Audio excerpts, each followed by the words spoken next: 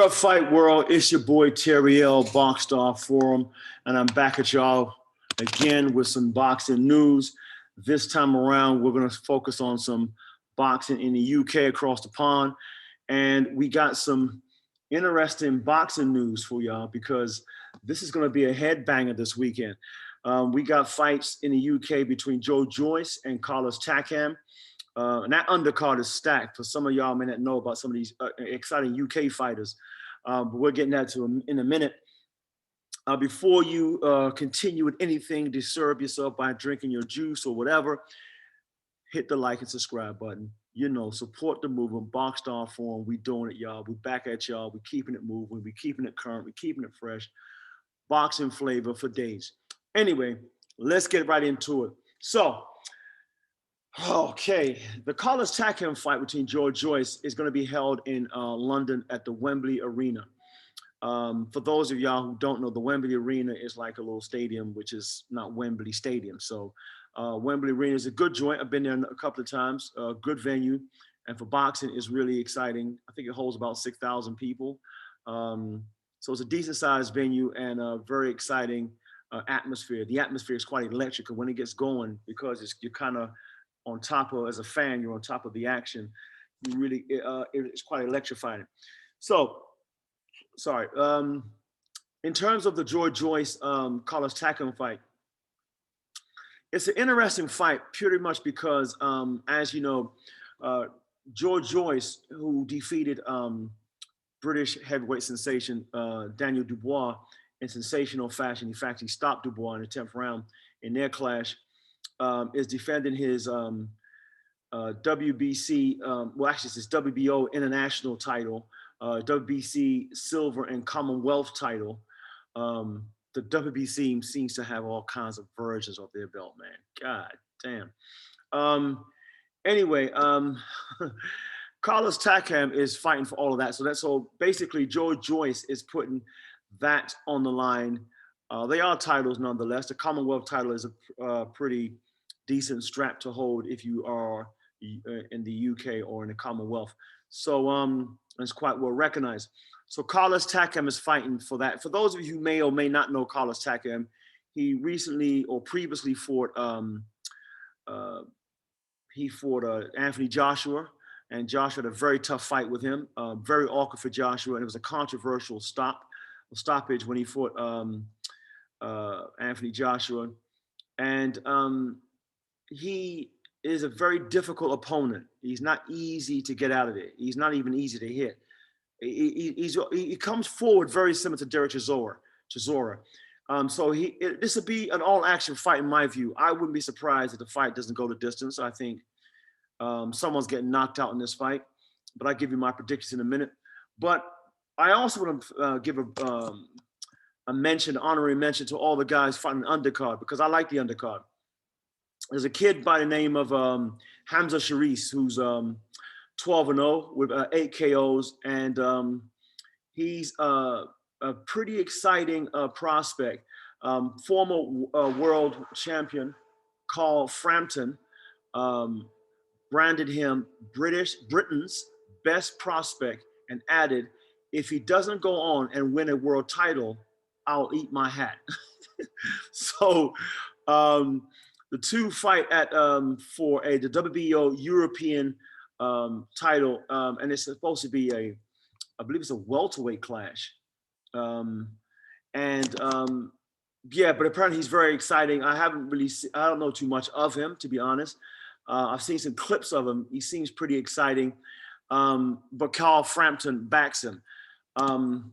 There's also a guy by the name of Chris Jenkins, who's 22-3 and three losses, 3 draws. Not that many. His KOs are quite low. It's only 8 KOs, and he defends his British and Commonwealth welterweight title against Nottingham's Usman, Nottingham, England's Usman.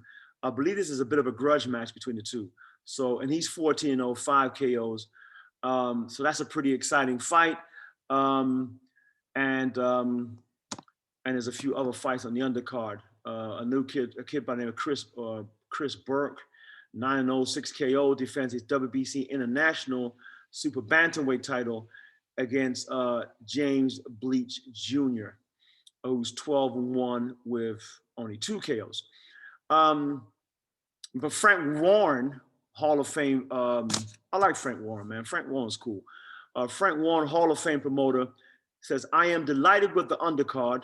All of the boys have a chance to make statements that show they are headline acts of the future.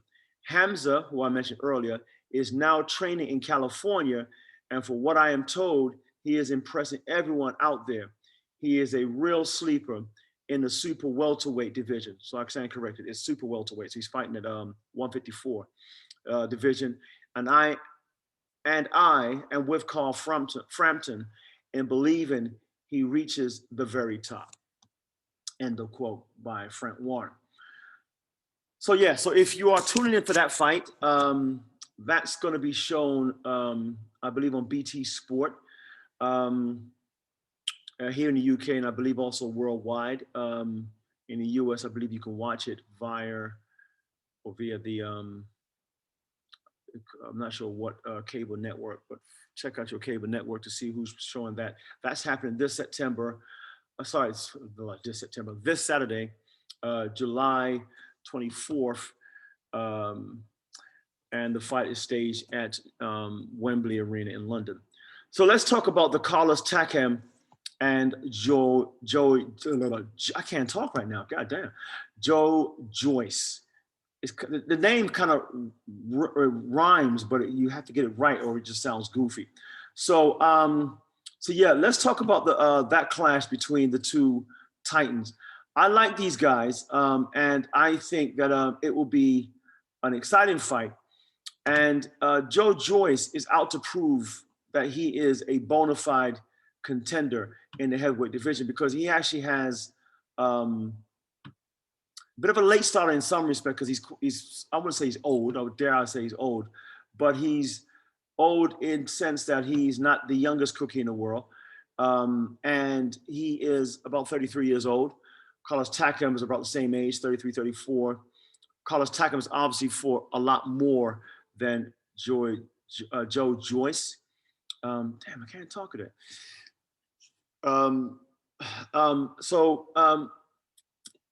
Joyce is 12-0, okay? Which isn't a lot of fights if you're 33 years old as a heavyweight.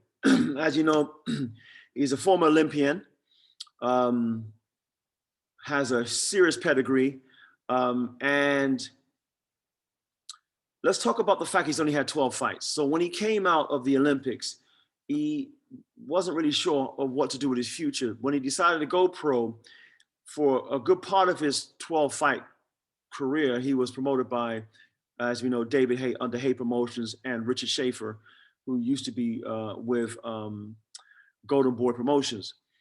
So Schaefer and David Hay teamed up with the David Hay promotional Haymaker stable. They did a joint collaboration, and they rushed him through some, I wouldn't say rush him through, but they had to push him through some really tough fights.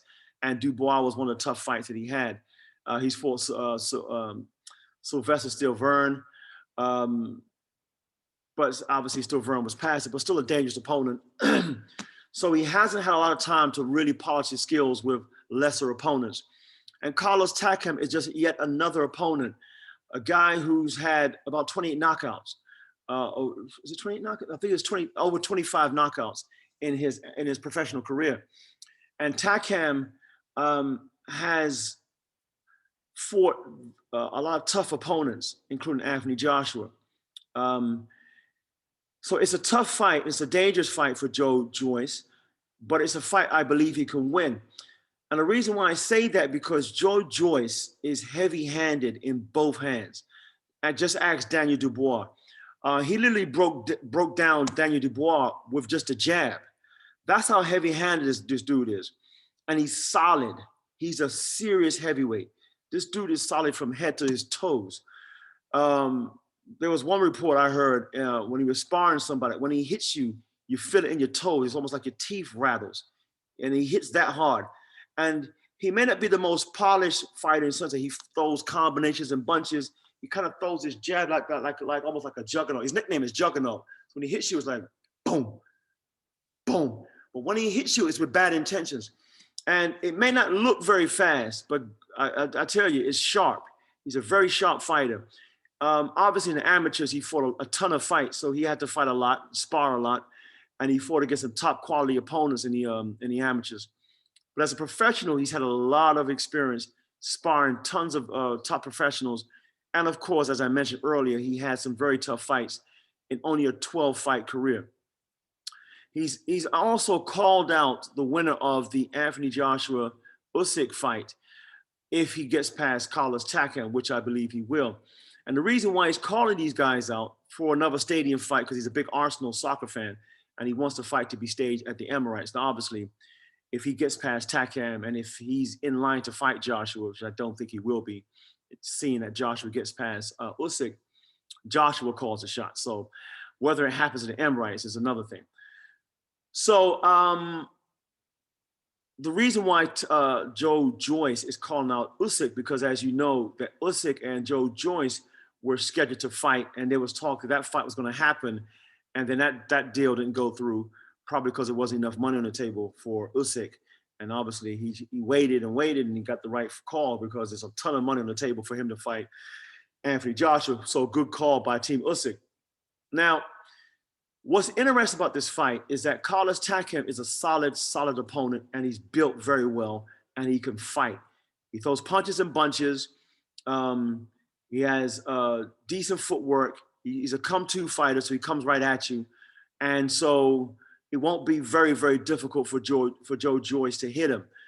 However, he isn't someone that will go down very easily. So Joe Joyce will have to be at his best and not sleep on his man, because he can't hurt you. Like any heavyweight in the heavyweight division, they can hurt you if they hit you in the right spot. Now, believe it, when you put on 10-ounce gloves as a heavyweight, that shit hurts. So I can imagine how hard these dudes hit, even though I've never sparred with a heavyweight. But, you know, heavyweights are exactly what they say on the label. They are heavy. They got heavy hands. So it's going to be an explosive fight. I also predict that Carlos Takam will probably be stopped within 10 rounds. I'm going to go for round 8. Would it be a stoppage for Takam? I think he'll be formidable, and he'll give Joe Joyce some early problems, simply because he's a fighter and he'll come to fight. I'll be surprised if the fight goes to points. But if it does go to points, then because of the pedigree that Joe Joyce has in the amateurs, he's used to going to fights to fight the distance, and he's used to winning on points. So that favors Joe Joyce. If Takam has a chance in hell in winning this fight, he's going to have to try to knock out the juggernaut. And that's easier said than done. So if you can tune into this fight this weekend, it'll be very explosive. The undercard is going to be good. I'm excited to watch the undercard. I want to see this kid, Hamza Sharif. I want to see what he's made of. And yeah, I want to see what Joe Joyce does and see what happens after he wins this fight and what the outcome of this fight would be for him, because he hasn't had that many fights, as I mentioned before, and he's getting on a bit because he's 33. He's still in his prime, but you don't want to be hanging around at 34, 35 years old with only having 14, 15 fights. And then you're going against some of these top heavyweights who've had like 19, 20, 25, 30 fights. It's not a good look for you at that age. And he needs to stay active, and he needs to stay fresh, because at that age, he needs to be fighting probably twice a year. It hasn't helped that the coronavirus messed things up for him last year, well, for everybody. But nonetheless, there were some fights happening at the tail end of last year. And although he did fight Daniel Dubois last year, he needs to stay a little bit more active. So let's see what happens. So that's my take on it. Give your like and subscribe. Hit your comments, hit the like and subscribe button.